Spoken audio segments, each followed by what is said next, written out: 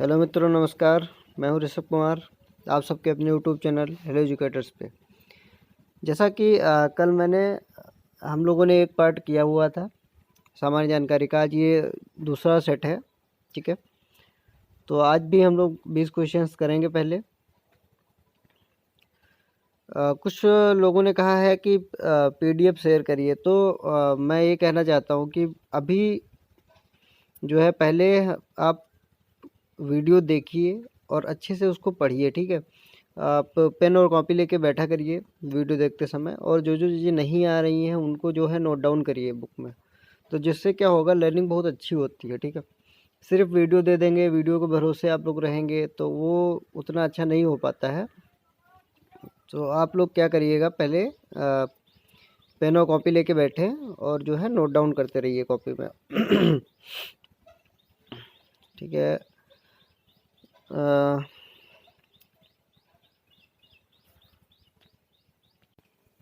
और ये क्वेश्चंस जो हैं, जो 20-20 क्वेश्चन जा रहे हैं, ये बहुत इंपॉर्टेंट क्वेश्चंस हैं। ठीक है, तो कोई भी एग्ज़ाम हो, चाहे वो सीटेट हो या डीट प्लस भी हो या ए टू जेड कोई भी एग्ज़ाम है, रेट है या एनी अदर एग्ज़ाम, तो सभी में जो है आपका बेसिक क्लियर ही होना चाहिए, क्योंकि पूछा जाता है। तो ये जो 20 क्वेश्चंस हैं, ये आप लोगों के लिए बहुत ही इम्पोर्टेंट है। कोई भी व्यक्ति का अगर बिना पढ़े कोई एग्ज़ाम निकल रहा है या थोड़ी सी मेहनत करके निकल रहा है, इसका मतलब ये है कि उसको पहले से ही उसकी बेसिक जो है वो क्लियर है, तभी वो एग्ज़ाम निकाल पा रहा है। ठीक है, अन्यथा लोगों को बहुत मेहनत करनी पड़ती है। कुछ लोग होते हैं, कहते हैं अरे टाइम आएगा हम पढ़ लेंगे, पेपर आएगा पढ़ लेंगे। भाई 1-2 महीने में तैयारी नहीं होती है किसी भी पेपर की, ये भी आप जान लीजिए। ठीक है, जो जो अभी से लगा हुआ है, क्योंकि कंपटीशन बहुत ज़्यादा है, अभी लॉकडाउन चल रहा है, तो लोग घर पे बैठ के पढ़ रहे हैं जिनको पढ़ना है। ठीक है, सब टहल नहीं रहे हैं, और टहलने वाले उनको पेपरों में पता चलेगा कि हाँ टहलने का क्या नतीजा होता है। ठीक है, वो यही सोचेंगे बाद में कि काश पढ़ लिए होते कुछ। तो इसलिए ये कह रहा है, ये काश जो वर्ड है ये नहीं आना चाहिए हमारे उसमें। हम जब एग्ज़ाम में बैठे, हमें लगे कि अरे वाह, ये तो हमने पढ़ा था, आ गया, तो हमें ये लगे ही ना कि हम पेपर दे रहे हैं, पेपर कर रहे हैं। ठीक है, हम डेली आधे घंटे की क्लास लें और एग्ज़ाम में जाके बहुत अच्छे से हंसी खुशी पेपर दे के चले आएँ, और जब पेपर दे के हम आते हैं, हमारा पेपर अच्छा होता है, तो हमें खुद ही अंदर से ही पता चल जाता है अपने आप कि हाँ हम इस पेपर में जो है सफल हो जाएंगे। ठीक है, तो उसके लिए तैयारी जो है अभी से करने की आवश्यकता है। आप ये मत सोच के बैठिए कि पेपर जो है कब होगा, क्योंकि पेपर हो जाएगा, जल्दी हो जाएगा। ये जैसे ही ख़त्म होगा लॉकडाउन, जैसे ही कोविड का केसेस कम आएंगे, तो जो है पेपर करा दिया जाएगा। प्रायोरिटी यही रहेगी कि पेपर हो जाए। ठीक है, तो तब उतना ही टाइम है हमारे पास जितना पेपर होने में है। तो तब तक जो है 1-2 महीने 3 महीने जो भी हैं, हम अच्छे से अपना कोर्स जो है कवर करेंगे और अच्छे से पढ़ते रहेंगे साथ में। तो शुरू करते हैं हम ये दूसरा सेशन जो है। लिखा हुआ है पहला क्वेश्चन कि भारत में एक राज्य का गवर्नर खालिस्तान द्वारा हटाया जा सकता है। तो हमें पहले ये पता होना चाहिए कि हटाने से पहले जो गवर्नर होता है राज्य का, उसको शपथ कौन दिलाता है।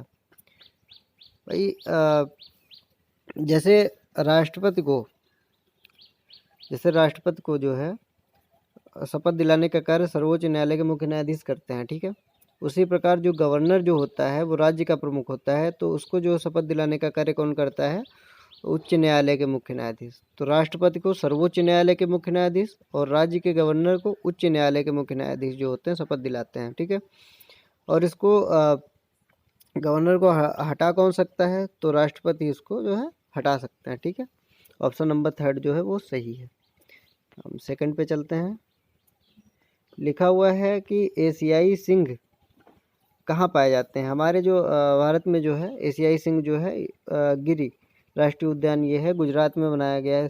यहाँ पे जो है एशियाई सिंह पाए जाते हैं। ठीक है, ये अकेले ही है जो भारत में है, एक ही राष्ट्रीय उद्यान है उनके लिए, शेरों के लिए। लिखा हुआ है कि उत्तर से दक्षिण की ओर पश्चिमी घाट की निम्नलिखित पहाड़ियों को व्यवस्थित कीजिए। तो हम उत्तर से दक्षिण की ओर, तो ऐसे जब हम देखते हैं, ठीक है, तो जैसे ये महाराष्ट्र हो गया, ठीक है, गोवा हो गया, केरला हो गया। तो ऐसे जो है नीचे की साइड में जब हम जाते हैं ऊपर जो है गुजरात हो गया, ठीक है। तो यहाँ पे हम देखते हैं कि जो इसमें सिंधुदुर्ग है, सिंधुदुर्ग कहाँ पे पाया जाता है, ये महाराष्ट्र का है, ठीक है। ये पश्चिमी घाट जो है महाराष्ट्र का है, तो मुंबई में है ये सिंधुदुर्ग। कुद्रेमुख जो है वो कर्नाटक का है, नीचे साइड में है। ऊटी जो आता है वो तमिलनाडु में आता है, और मन्नार जो है वो केरल में आता है, ठीक है। तो ये आप लोगों को ये याद रखना है, इसका क्रम है। तो सिंधुदुर्ग जो है वो जो है महाराष्ट्र में आता है, कुद्रेमुख जो है वो कर्नाटक में आता है, ऊटी जो है तमिलनाडु में आता है, और मन्नार जो है केरल में आता है। जो लोग ऊटी टहलने जाते हैं उनको तो पता ही होगा, ठीक है। तो चलिए चलते हैं।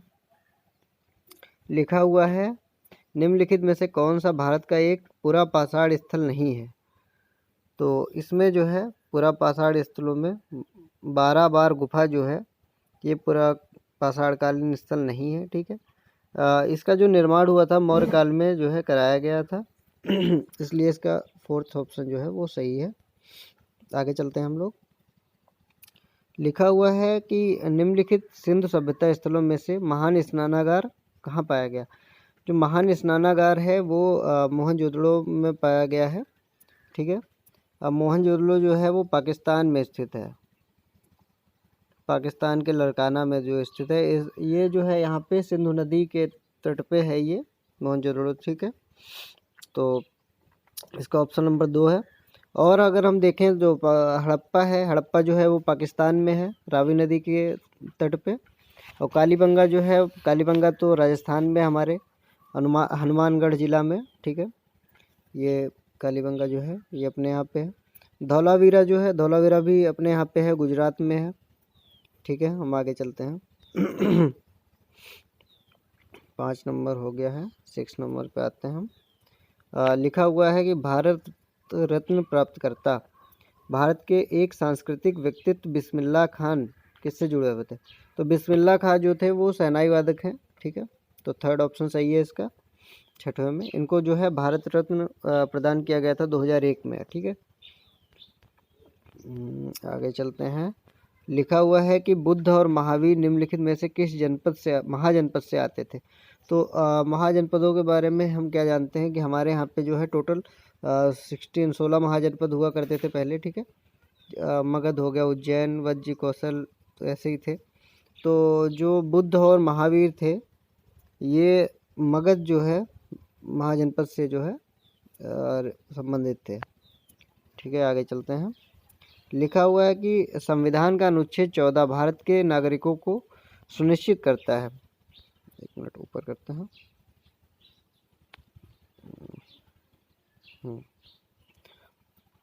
तो संविधान का अनुच्छेद 14 किससे रिलेटेड है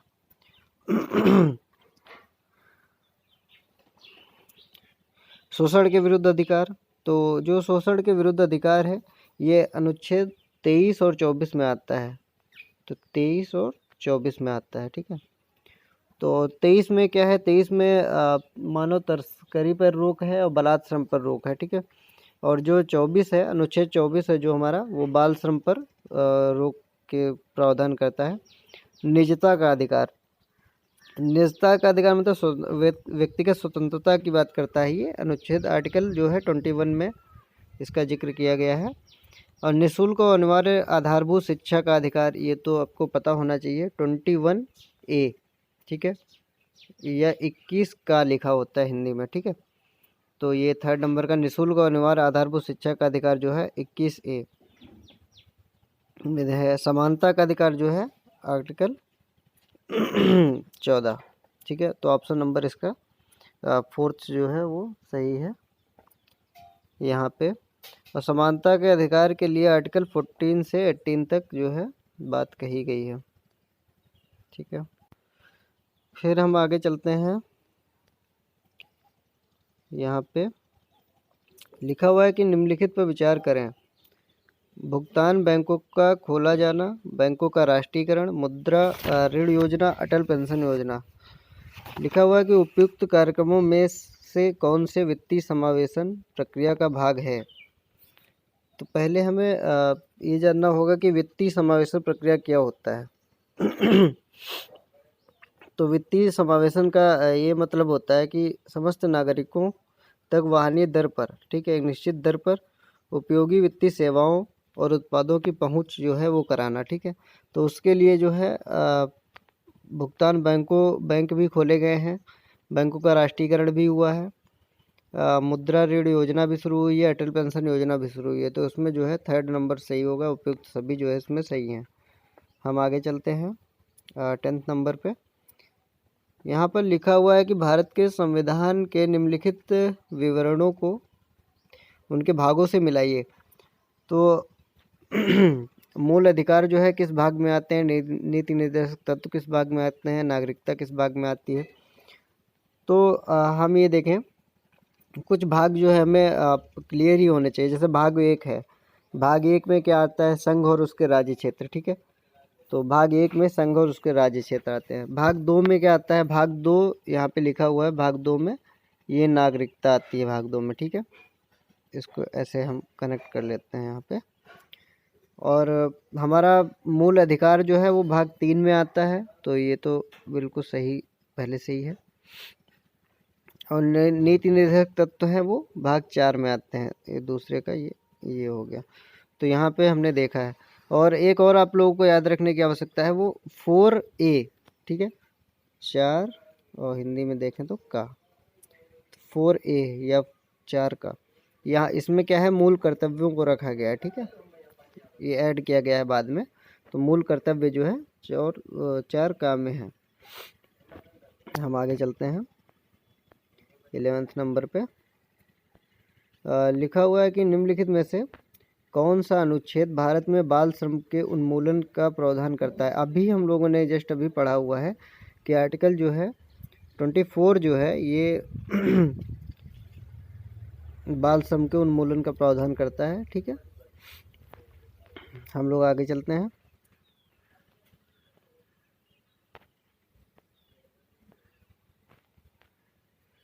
लिखा हुआ है कि अधिकांश भारतीय लिपियां निम्नलिखित में से किस लिपि से विकसित हुई हैं। तो जो भारतीय लिपियां हैं वो ब्राह्मी लिपि से जो है इनका विकास हुआ है, ये विकसित हुई हैं, ठीक है। निम्नलिखित में से कौन से विटामिन हमारी त्वचा को स्वस्थ बनाने के लिए सहायक हैं। तो जो त्वचा के लिए जो विटामिन होते हैं, विटामिन जो है ए भी है त्वचा के लिए, सी भी है और विटामिन ई भी है, जो त्वचा के लिए हमारे स्वस्थ बनाता है।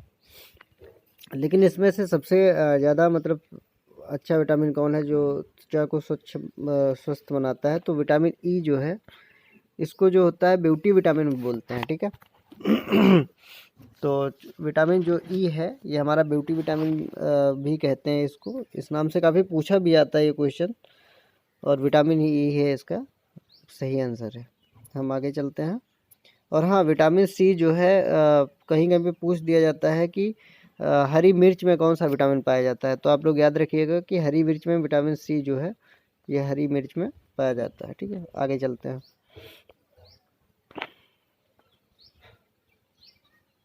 लिखा हुआ है कि भोजनीय रेशे हमारे दैनिक भोजन में अत्यधिक वांछित हैं, क्योंकि अतिरिक्त प्रोटीन उपलब्ध कराने के लिए, ऐसा कुछ नहीं है, ठीक है। अग्नाशय द्वारा स्रावित इंसुलिन को संतुलन करने के लिए, ये बिल्कुल सही है ऑप्शन है कि जो रेशे होते हैं, भोजनीय रेशे, भोजन वाले रेशे जो होते हैं, ये हमारे शरीर में इंसुलिन के श्रावण को संतुलित करते हैं, ठीक है। निश्चित मात्रा में स्राव उसको होने देते हैं, जिससे क्या होता है, रक्त में जो शर्करा जो होती है उसको नियंत्रित करते हैं, ठीक है। ये मधुमेह हो जाता है जिनको, उनके लिए ज़्यादा लाभदायक होते हैं, ठीक है। रेशे वाला जो भोजन उनके लिए बताया जाता है खाने के लिए। चलिए हम आगे चलते हैं। लिखा हुआ है यहाँ पे कि निम्नलिखित में से विभिन्न क्षेत्रों की प्रसंस्करण क्रियाएं हैं, उन्हें उनके कच्चे पदार्थों से मिलाइए। ओटाई जो होती है वो कपास की होती है, आपने सुना होगा कपास की ओटाई हो रही है, ठीक है। लच्छे जो है वो रेशम के बनाए जाते हैं, ठीक है। और हम देखते हैं जो संशोषण होता है वो चमड़े का होता है, और चीरना जो हो गया वो भेड़ की ऊन को जो है वो चीरा जाता है या फिर उसको हटाया जाता है, निकाला जाता है, ठीक है। तो ये जो है हमारा संबंधित हो गया है अब हम आगे चलते हैं।